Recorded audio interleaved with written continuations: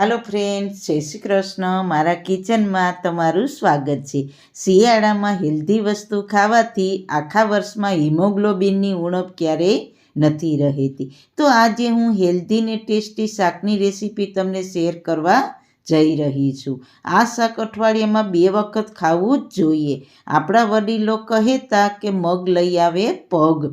તો કાયમીના માટે કબજિયાતનો પ્રશ્ન સોલ્વ થઈ જાય તેવી ટેસ્ટી રેસીપી સ્ટાર્ટ કરીએ. રેસીપી સ્ટાર્ટ કર્યા પહેલાં જો તમને મારી રેસીપી ગમતી હોય ને હજુ સુધી ચેનલને સબસ્ક્રાઇબ ન કરી હોય તો પ્લીઝ સબસ્ક્રાઇબ કરજો અને બાજુમાં આપેલ બેલ આઇકન પ્રેસ કરજો એટલે નવી નવી રેસીપીના નોટિફિકેશન મળતા રહે. સૌથી પહેલાં એકદમ હેલ્ધી ટેસ્ટી શાક બનાવવા માટે કડાઈમાં મેં 3 ચમચી તેલ ગરમ મૂક્યું છે. તેલ ગરમ થાય એટલે તેમાં 2 લાલ સૂકા મરચાં, 1 તમાલપત્ર અને 3 લવિંગ નાખીશું. અડધી ચમચી આખું જીરું અને થોડી હિંગ અને 2 ચમચી આદુ મરચાંની પેસ્ટ. બધી વસ્તુને સાતળી લઈએ. અહીંયા તમે લસણની પેસ્ટ અને ઝીણી સમારેલી ડુંગળી નાખશો તો પણ ટેસ્ટ ખૂબ જ સરસ આવશે. ગેસની ફ્લેમ સ્લો રાખીશું. મેં અહીંયા ખડા મસાલા નાખ્યા છે. જો તમને પસંદ ના હોય તો તમે સ્કીપ પણ કરી શકો છો. તો અહીંયા મેં અડધો કપ મગની ફોતરા વગરની દાળ લીધી છે. આ દાળને મેં 2 કલાક પહેલાં હુંફાળા પાણીમાં પલાળીને રાખી હતી. તો દાળ સરસ પલળી ગઈ છે. તો તમે જોઈ શકો છો દાણાને આ રીતના પ્રેસ કરીએ એટલે દાણાના 2 ભાગ થઈ જાય છે. તો બસ આટલી જ પલાળવાની છે. તો હવે દાળમાંથી પાણીને નિતારી લેશું. મસાલા સરસ સતળાઈ ગયા છે અને તેલ પણ છૂટું પડી ગયું છે. તો તેમાં પલાળેલી દાળને મિક્સ કરી દઈએ.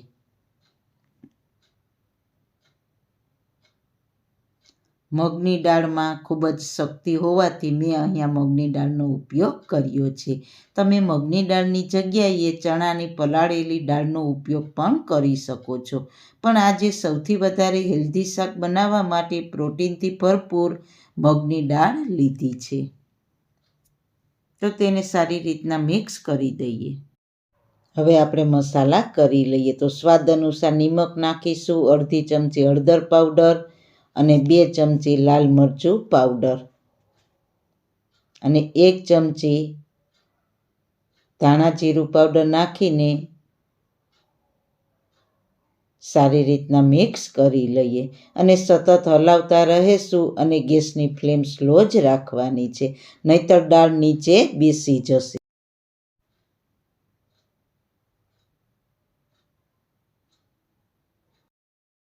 મેં અહીંયા 1.5 કપ પાલકની ભાજીને ધોઈને સાફ કરીને સમારીને તૈયાર કરી છે.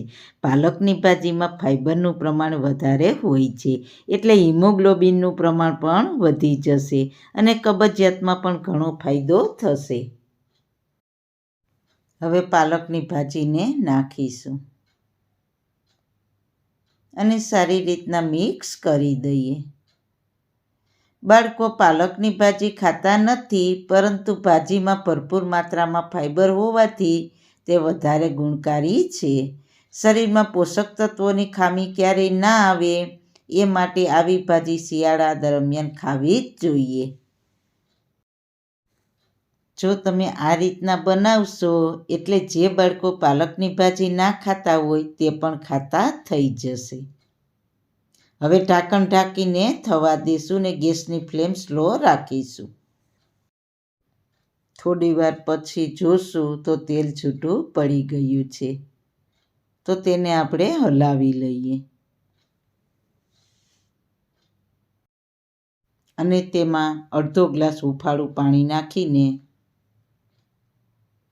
સારી રીતના મિક્સ કરી લઈએ એટલે મગનો દાણો એકદમ કૂક થઈ જાય. આપણે મગની દાળને પલાળીને રાખી હતી ત્યારે જ તે એકદમ સોફ્ટ થઈ ગઈ હતી, પરંતુ વધારે સોફ્ટ કરવા માટે અને થોડોક શાકનો રસો પણ ઘટ કરવા માટે અડધો ગ્લાસ હુંફાળું પાણી જરૂર ઉમેરજો. ખૂબ જ ટેસ્ટી શાક તૈયાર થશે. હવે ઢાંકણ ઢાંકીને તેલ છૂટું પડે ત્યાં સુધી કૂક થવા દેશું. લગભગ 3 મિનિટ પછી ઢાંકણ ખોલીને જોઈ લઈએ તો તમે જોઈ શકો છો તેલ ઉપર દેખાય છે. તો હવે આપણે શાકને હલાવી લઈએ.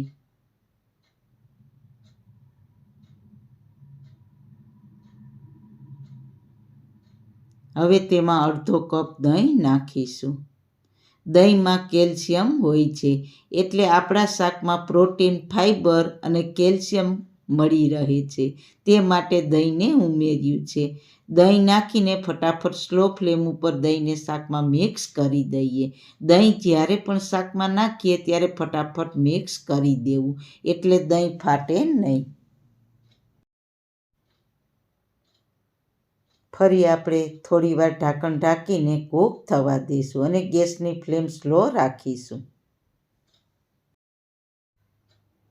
2 મિનિટ પછી આપણે ઢાંકણ ખોલીને જોઈ લઈએ.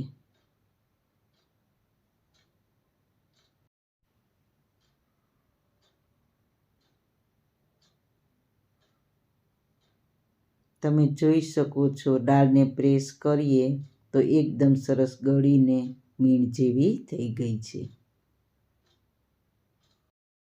હવે ગેસની ફ્લેમ બંધ કરી દઈશું. તો આ શાકને તમે રાઈસ સાથે સર્વ કરશો તો ખૂબ જ ટેસ્ટી લાગશે.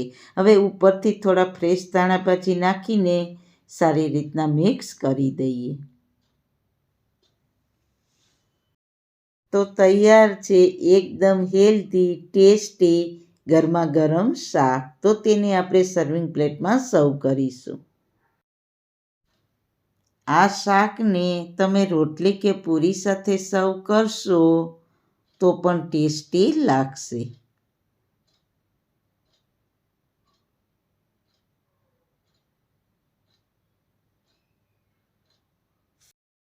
સારું ખાઓ, ખુશ રહો. આવી સરસ રેસીપી જોવા માટે તમારો ખૂબ ખૂબ આભાર.